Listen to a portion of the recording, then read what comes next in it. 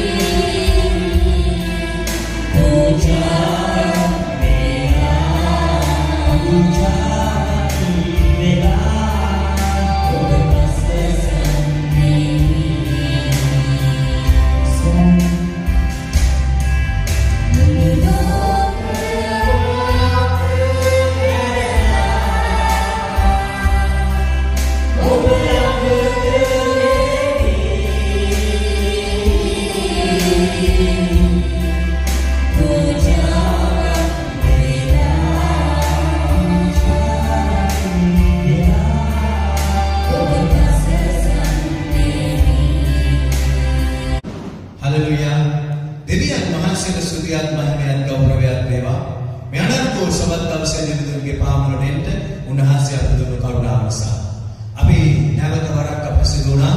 අපේ නිවෙස්වල සිටින දෙවියන් වහන්සේගේ වචන සවන් දෙන්න.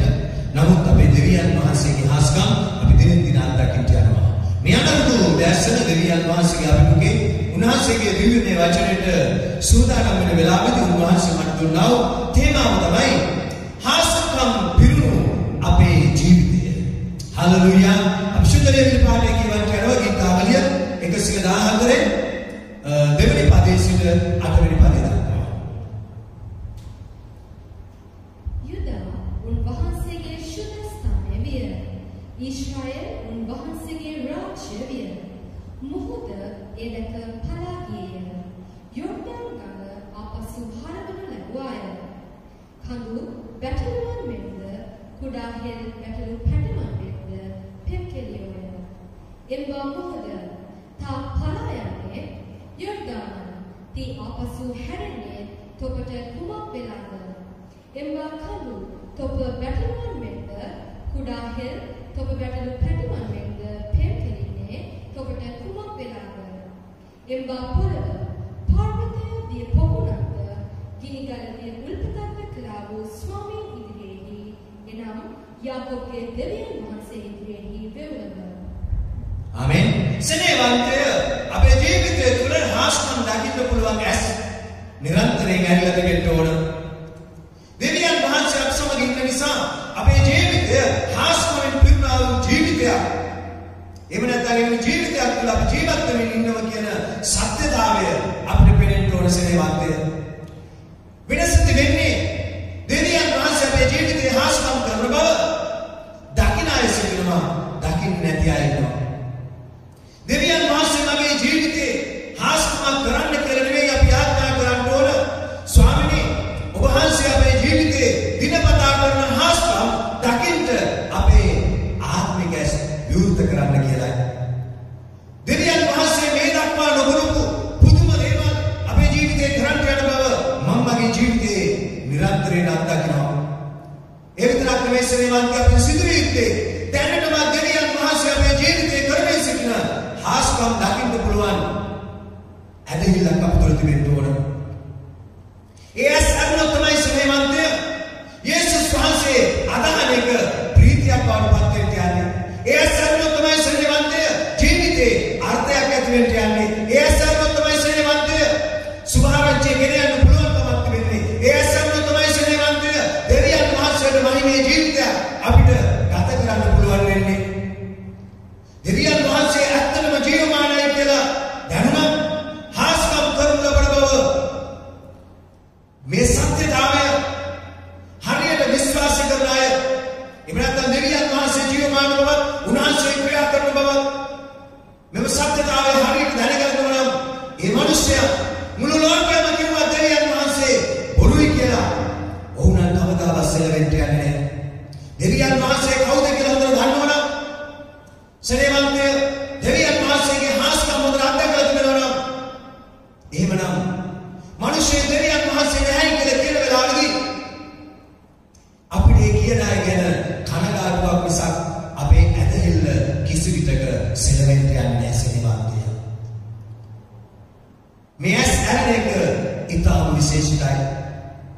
අපි දක්වන ශුද්ධලියවිල්ලේ දානියල් කොහොමද මහාකාවය තුළ බබිලෝනියේදී සතුටෙන් ප්‍රීතියෙන් ශක්තිමත්ව ඒ රාජුගේ උසස් සීන් දක්වා ගමන් කරන්නේ. මේ දානියල් බබිලෝනියේ ජීවත් වෙද්දී ජීවමාන දෙවියන් වහන්සේ අත්දකින ජීවිතයක් ඔහුට තිබුණ සෙනෙවන්තය. දෙවියන් වහන්සේ ජීවමාන බව ඔහු බබිලෝනිය තුලදී ඔහුගේ ජීවිතය තුලදී ජීවමාන බව ඔහු අත්දැක සෙනෙවන්තය. දෙවියන් වහන්සේට අවශ්‍යයි අපි එවැනි ජීවිතයක් ගත කරනවා දකින්න. සෙනෙවන්තය අපි සභාවෙන් එළියට ගියාම දෙවියන් වහන්සේ අදහන් නැති දෙවියන් වහන්සේ නොදන්න ලක්ෂ සංඛ්‍යාත සෙනගක් ඉන්නවා.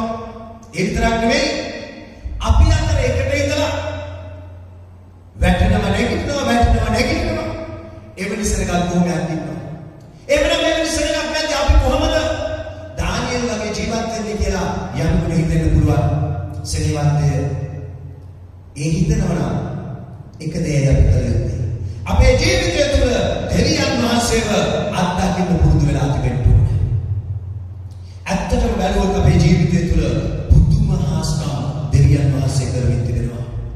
සෙනෙවන්තයෙක් පුද්ගලයෙක් මෙන්න මේ විදිහට ලියලා තිබුණා.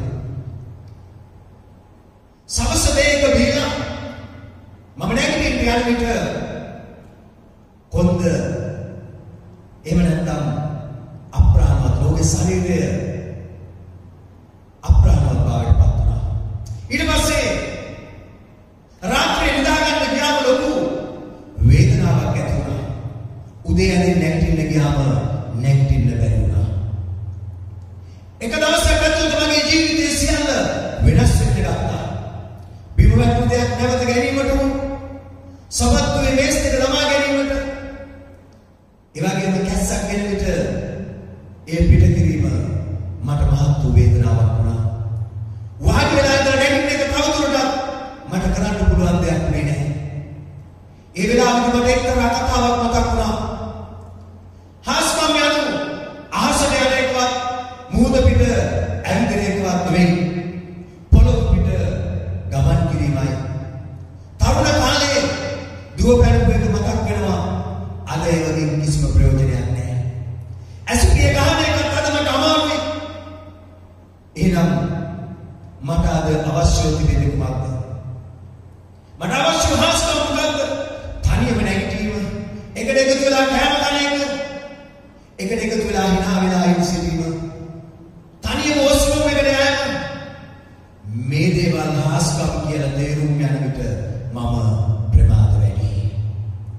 උදෑසන නැගිටින එක, එකට එකතු වෙලා කෑම කන එක, ඒ වගේම සෙනෙවන්තය තනියම මුහුණ සෝදන එක, තනියම වොස්රූම් යන එක ඇත්තටම අපි හිතලා නැති දෙවියන් වහන්සේ අපේ ජීවිතේ කරන්නා වූ පුදුම හාස්කම් සෙනෙවන්තය.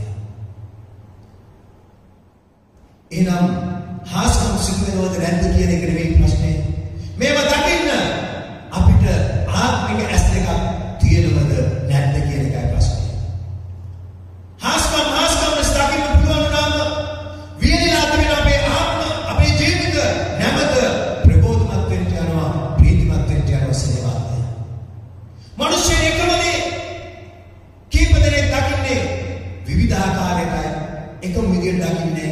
අපි ශුද්ධලයේ වෙන්නේ ගීතාවලියේ 114 පළවෙනි පදයේ සිට තුන්වෙනි පදය දක්වා බලමු.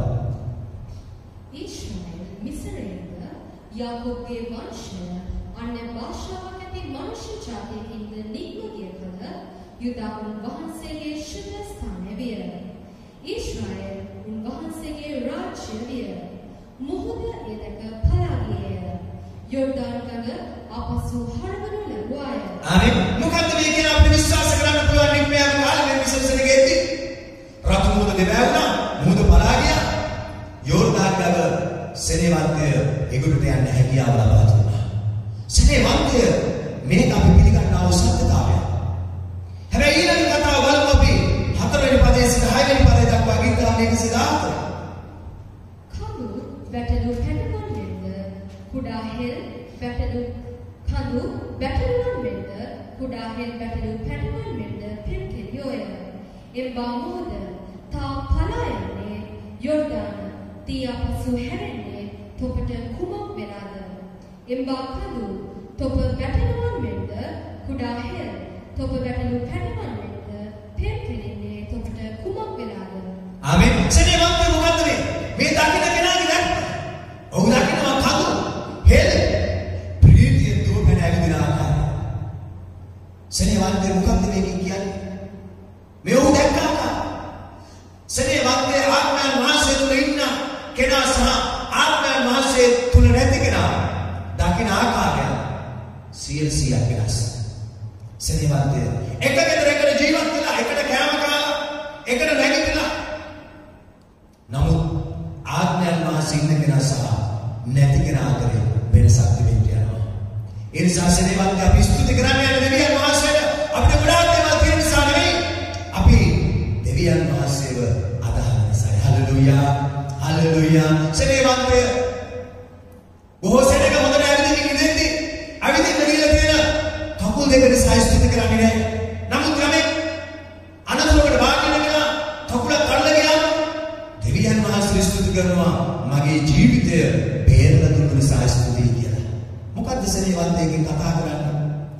එක එක්කෙනා අදහන්නා වූ ආකාරය සහ තේරුම් ගන්නා වූ ආකාරය එකකට එකක් වෙනස්. දෙවියන් වහන්සේ අද දවසේ අපිට මොනවද කියන්නේ? උන්වහන්සේ අපේ ජීවිත ගමනේදී ක්‍රියා කරන ආකාරය දකින්න කියලායි. ස්වාමීනි මගේ ජීවිතේ කරන අපේ පුදුම දේවල් දකින්න මගේ ඇස් විවෘත කරන්න කියලායි අපි ආඥා කළ යුත්තේ සේවන්තය. දානියෙල් පස්සේ පරිච්ඡේදෙට ගියාම කතා කරනවා බෙල්සෙකර් කියන රජුගේ ගැන. නෙබුකද්නේසර් රජුගේ පුතා මොහු ඉතාමත් බොහෝ පව කරන ලබුවා. සේවන්තය ඔහුගේ උත්තමයන් දහසක් යනවා යෙරුසලම මාලිගාවෙන් ගෙන වරන් වාදන වලට මුද්‍රික පාරේ වක් කරලා දුරු ලබනවා. මේ වෙලාවේදී මොකද්ද සිද්ධ වෙන්නේ? අතක් කැඩිලා ලියනු ලබන මොකද්ද? මෙනේ තෙකල් උපාසී කියලා. සේවන්තය මිනිස්සුන්ට අතක්කාම බයිදෙනකේ මේක දැක්කම රජුගේ වයින් වෙවුලන්න ගත්තා. සියලු අනුදින කාමයෙන් ලැබුව මොකද්ද මේක තේරුම? ඔවුන් කිසි කෙනෙක් දන්නේ නැහැ. සේවන්තය වෙලා රජුගේ මහාරාව එනත රැඩිනල්ල කියනවා. ඔබේ පියාගේ කාලේ නෙබුකද්නේසර් රජුගේ කාලේ දකින්න සේන තේරුම් කළ දෙන කෙනෙක් හිටියා දානියෙල් කියලා. සේවන්තය මේ දානියෙල් ගැන රජුගේ මහාරාවක් දන්නවා. මුළු රටවැසියෝ දන්නවා. නමුත් මේ බෙල්සෙකර් කියන රජු දැනගෙන හිටියේ නැහැ. මොකක්ද ඒකෙන් අදහස් කරන්නේ? මේ රජුන්ට දෙවියන් වහන්සේ ගැනවත් දෙවියන් වහන්සේගේ ආත්මයන් වහන්සේ ඉන්න මනුෂ්‍යයන් ගැනවත් කිසිම උනන්දුවක් තිබුණේ නැහැ. සොයා බැලීමක් තිබුණේ නැහැ. ඔව් දන්නවා ඔහුගේ පියා වනේ කොටුවොත් එක්ක වැස්සට දෙවිදෙනි අවුවට වෙල්ගෙදී තනකොළ කන්නා වූ කාලයක් වුණ දෙවියන් වහන්සේ නියම කළ දුන්නා. මේ සීන එලිදරව් කරේ දානියෙල්. මේ පසුබිමක් ගැන දැනගෙන හිටිය මේ බෙල්සෙකර් දෙවියන් වහන්සේ ගැන කිසිම උනන්දුවක් දැක්ුවේ නැහැ. දෙවියන් වහන්සේ කරන දේවල් ගැන කිසිම සැලකිල්ලක් දැක්ුවේ නැහැ. මේ වගේ තමයි අපේ ජීවිත. දිනපතා අපේ ජීවිතේ හාස්කම් සිදු වෙද්දී ඒ හාස්කම් ලෙස දකින්න නැති අය බොහොමයක් ඉන්නවා සේවන්තය. එක සහෝදරයෙක් කිව්වා දෙවියන් වහන්සේ උදියා බලලා නුබයි නෙබුකද්නේසර් නුබයි බෙල්සෙකර් කියලා. ඇයි ඔහු එහෙම කියන්නේ? ඔහු කියනවා අවුරුදු 20කට වැඩි කාලයක් දෙවියන් වහන්සේ පිළිඅරගෙන තිබුණා. දෙවියන් වහන්සේගේ ආශිර්වාද ලැබෙන්න තිබුණා. මම මගේ දේවල් පස්සේ විතරයි ගියේ. මට ඕන දේවල් විතරයි කළේ. දෙවියන් වහන්සේ ගැනවත් දෙවියන් වහන්සේගේ ආත්මයන් වහන්සේ ගැනවත් මට කිසි උනන්දුවක් තිබුණේ නැහැ. ඒ නිසා මගේ ව්‍යාපාර කඩාවැටුණ ආදාය මාර්ග නැති වෙලා ගියා. මම දැන් සියල්ල නැතුණු මිනිසෙක් වඩපත් වුණා. නමුත් මම දෙවියන් වහන්සේට ස්තුතිවන්ත වෙයි.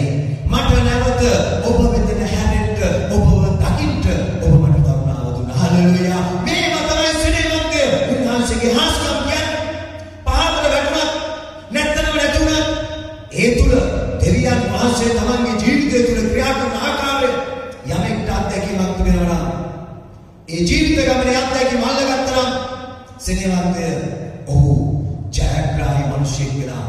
ආත්මික හැසිරෙනවා මිනිසෙක් බවට පත් වෙනවා. සේවන්තය දෙවියන් වහන්සේ තමා තුළ ක්‍රියා කරන බව දෙවියන් වහන්සේගේ ආත්මයන් වහන්සේ සෙවියතු බව තේරුම් නොගෙන තමන්ගේ මාර්ගයේ හැරලා යන විට ඒ අයට දෙවියන් වහන්සේගේ හාස්කම් දකින්න පුළුවන් කමක් නැහැ. නමුත් සේවන්තය දෙවියන් වහන්සේගේ හාස්කම් දකින්න බැරි කමෙන් කාරණාව අවසන් වෙන්න යන්නේ නැහැ. මොකක්ද වෙන්නේ? දෙවියන් වහන්සේගේ හාස්කම් නොදකීම කරුණ කොටගෙනම ඔවුන් සාපේ මාර්ගයට හැරලා යනවා. සාතන ඔවුන්ට සාතන් කැමති මාර්ගය අරගෙන යනවා. කොහොමද ඒක කියන්නේ? සේවන්තය බෙල්සෙකර් මොකද උනේ? රජමාලිගාවේ මොනතරම් රත්රන් වාදන තිබුණා? රත්රන් කෝප තිබුණා? ඔහු යෙරුසලම මාලිගාවේ තිබුණු වාදන වල තමයි ඔහු මුද්‍රික පානය බිව්වා කියලා කියන්නේ. ඇයි?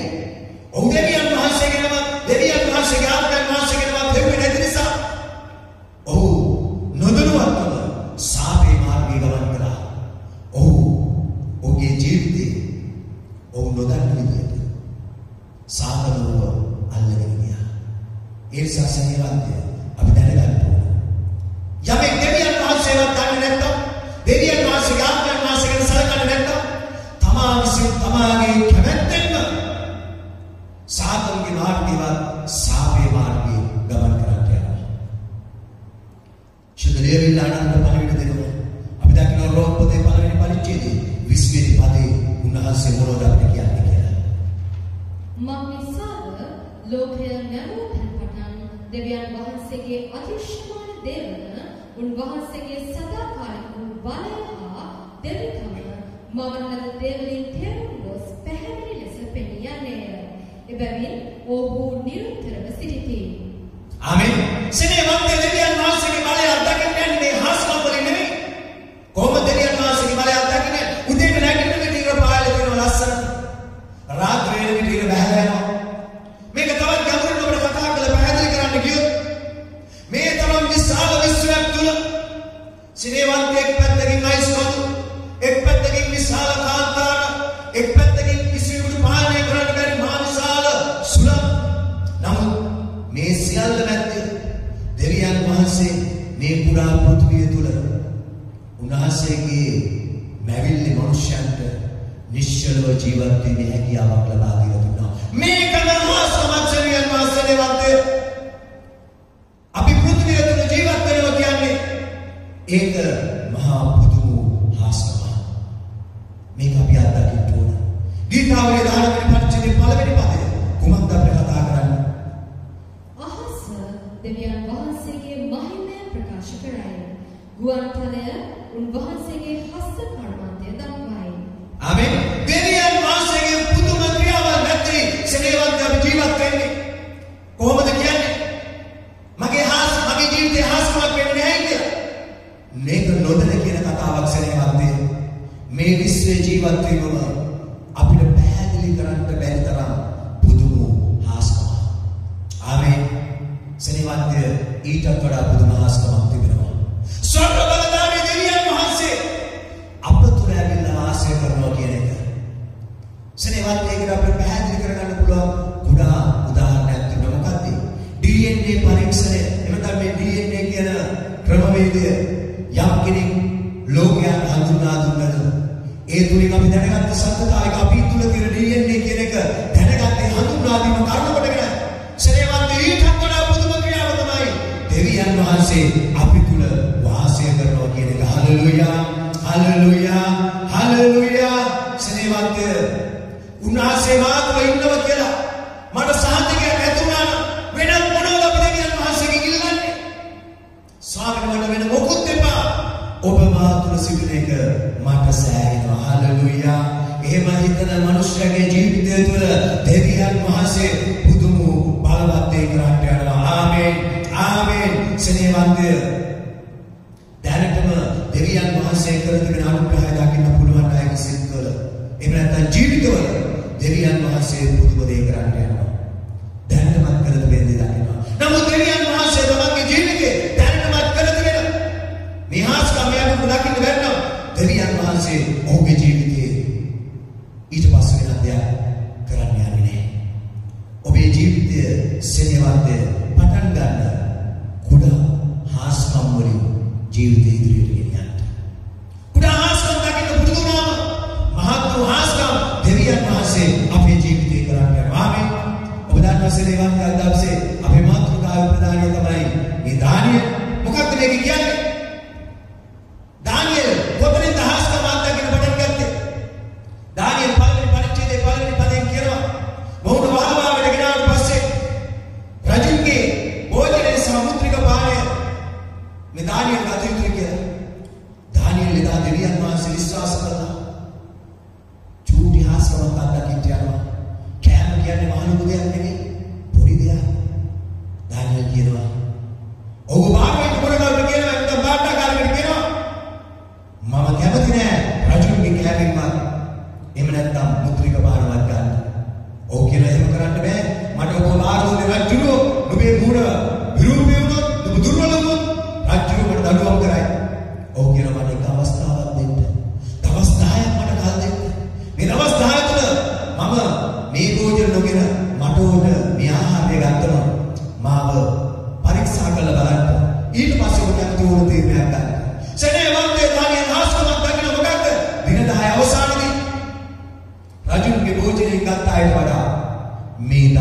දැකපු කණ්ඩායම අලංකාර පිරිපුන් ගතියක හිටියා.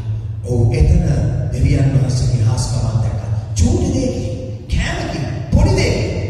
සෙනෙවන්තය ඊට පස්සේ තමයි අපි දකින්න මේ දානිය සිහින හෙලිතරව් කරන්නා දෙවි උත්තර දෙන්නා තත්ත්වපත් වුණා. සෙනෙවන්තය මේ වෙල්සක කාම කරපු සීනිය මොන වගේ එකක්ද? සෙනෙවන්තය ඔහු දැක්ක හීනයක් කියන්න ඕන. ඒකේ තේරුමක් කියන්න ඕන. කියන්න බැරුවොත් මරණය. සෙනෙවන්තය දානිය ඒ වෙල විට ඔහුගේ වගකීම් බාරගත්තා. ඔහු දෙවියන් වහන්සේ කුඩා දෙයකින් අත්දැක්කම ඒ මහත් දේ දක්වා ඔහුව ගෙන යන බව ඔහු විශ්වාස කළා. ඔහු නිර්භීතුනා සෙනෙවන්තය. ඒ නිසා අපි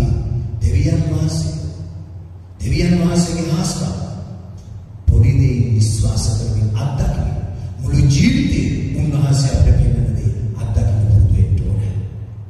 සෙනෙවන්තය ඔබේ පාපයෙන් පවිත්‍ර කරලා කියලා විශ්වාස කරනවා. ආමෙන්. එහෙමනම් ඔබ දැනටම හාස්කමක් තුළ ජීවත් වෙන කෙනෙක්. දෙවියන් වහන්සේ ඔබේ පියාණන් කියලා විශ්වාස කරනවද? එහෙනම් ඔබ දැනටම හාස්කම් තුළ ජීවත් වෙන කෙනෙක්.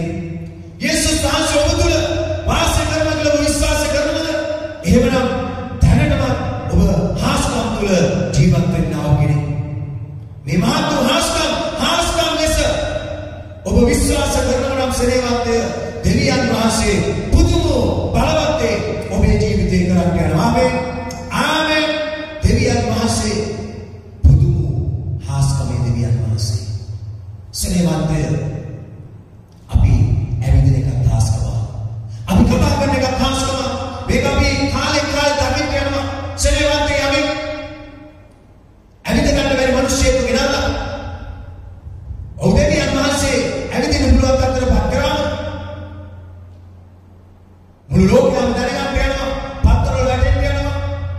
නමුත් සෙනෙවන්තය ඒ දෙවියන් වහන්සේම හොඳින් ඇවිදින්න දීලා තිබෙන අය ඒක හාස්කමක් කියලා දකින්න පුරුදු වෙලා නැහැ. නමුත් අපි දකින්න ඕනේ ඒක දෙවියන් වහන්සේගේ අනර්ග හාස්කමක්. හලෙලූයා. අපේ ජීවිතය පුරාවටම දෙවියන් වහන්සේගේ හාස්කම් පිළිලා තියෙනවා. ආමෙන්. හලෙලූයා. හලෙලූයා. සමානයි බුදුවලයක් තිබෙනවා. දෙවියන් වහන්සේ මැදියා බලන්නේ කොහොමද කියලා. සෙනෙවන්තය කුඩා දරුවෙක් වඩාගෙන ඉන්න මවෙක් දිහා බලන්න. ඒ මව මොනතරම් ප්‍රේමණීයවද දරුව දිහා බලන්නේ. මොනතරම් ආදරයක් ඇතුව දරුව දිහා බලන්නේ. සෙනෙවන්තය ඔබේ මගේ දෙවියන් වහන්සේ ඔබ දිහා මා දිහා බලන්නේ අන්නේ ආකාරයටයි. ඒක අපිට සාධක කරලා දීලා තිබෙනවා. ඒ යේසුස් ක්‍රිස්තුස් වහන්සේගේ කල්වාරි කුරුසය. හලෙලූයා. හලෙලූයා.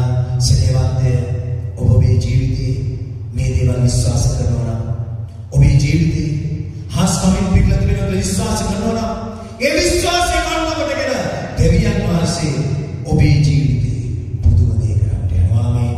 ඒ නිසා අපි තීරණයක් ගන්න අපේ ජීවිතේ නිරන්තරයෙන්ම දිනපතා සිදුවෙනා වූ හාස්කම් අත්දකින්න අපි යාඥා කරන කලයාඥා කරන ස්වාමීනි මගේ ජීවිතේ දිනපතා සිදුවෙන හාස්කම් දකින්න මගේ ආත්මික ඇසවිත කියලා. හලෙලූයා. හලෙලූයා. අපි අපේ දෙවියන් වහන්සේට ස්තුති කරමු. මේ පුදුම දේ කරන දෙවියන් වහන්සේට ස්තුති කරමු. අපි දෙවිතුන්ගේ අපි මුකේ නැගී සිටිමු. නම් කාර්යාලන්ට මුළු ගෞරවයක් මහිමයක් දෙමු. අපි ඈත් කොසල කියමු සමිඳුනේ. අපි අපේ ස්තුති කියන්නේ යනවා. ස්වාමීන් අපේ ජීවිතේ කරන දෙන්න පුදුම හාස්කම් ගැන දෙවියන් වහන්සේ අපි මේ දක්වා හාස්කම් ලෙස දැක්කේ පියාණන් අපිට සමාවෙන්න දෙවියන් වහන්සේ මගේ කාරණාව තනියම කරගැනීමේ හැකියාව හාස්කමක් ලෙස මට දුන්න දෙවියන් වහන්සේයි. ස්වාමීනි ඔබගේ කාරණාව අද පටන් සදා ලෙස නියම හාස්කමක් වුණත් කියලා දකින්න දෙවියන් වහන්සේ මට දුන්න ගන්නව